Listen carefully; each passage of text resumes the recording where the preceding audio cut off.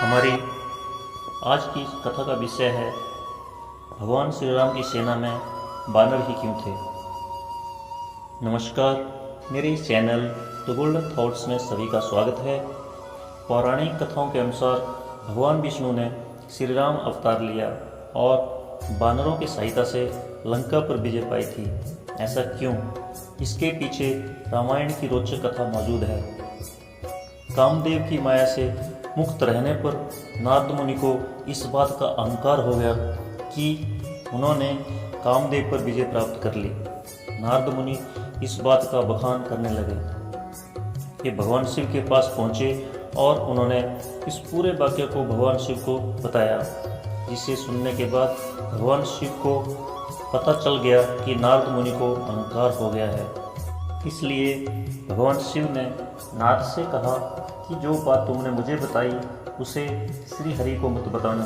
लेकिन नारद जी कहाँ मानने वाले, और वह तुरंत ही क्षीर सागर में भगवान विष्णु के पास पहुँच गए और उन्होंने कामदेव पर विजय प्राप्त करने की पूरी कथा विष्णु जी को सुना डाली।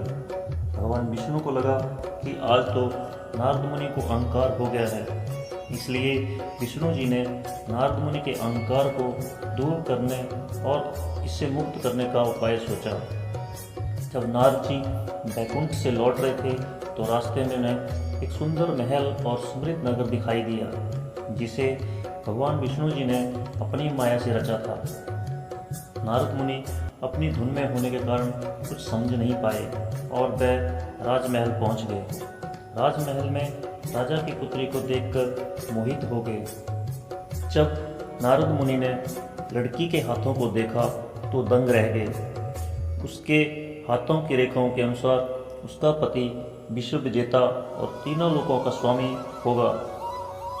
नारद जी यह देखने के बाद वैराग्य को भूल गए तथा विवाह की कामना लेकर वह भगवान विष्णु के पास पहुंच गए और उन्होंने भगवान विष्णु से खुद को रूपवान और सुंदर बनाने की विनती की, जिस पर विष्णु जी ने कहा, हे मुनिवर, हम वही करेंगे जो तुम्हारे लिए अच्छा होगा।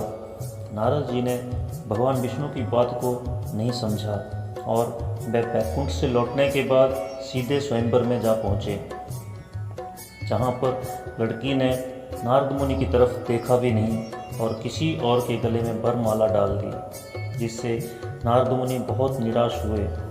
देवऋषि नारद को लगा कि विष्णु जी ने मुझे रूपवान बनाया, फिर भी राजकुमारी ने मुझे देखा तक नहीं। ऐसे विचारों के साथ उन्होंने अपना चेहरा जल में देखा, जिसे देखकर वह आश्चर्यचकित रह गए।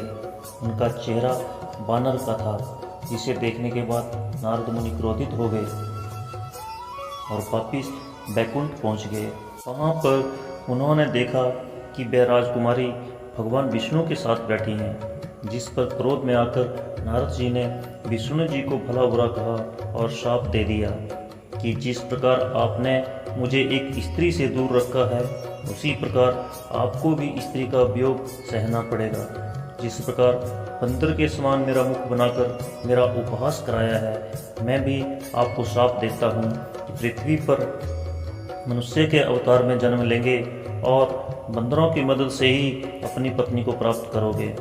नारद मुनि के शाप के कारण भगवान विष्णु ने धरती पर मर्यादा पुरुषोत्तम श्री राम के रूप में अवतार लिया और बानरों की सहायता से सीता माता को ढूंढा और बानरों की सहायता से लंका पर आक्रमण करके रावण का वध किया और माता सीता के साथ वापिस अयोध्या आए। इस प्रकार नारद मुनि के शाप के कारण प्रभु श्री राम ने वानर सेना की मदद से सीता माता को वापिस पाया। जय श्री राम।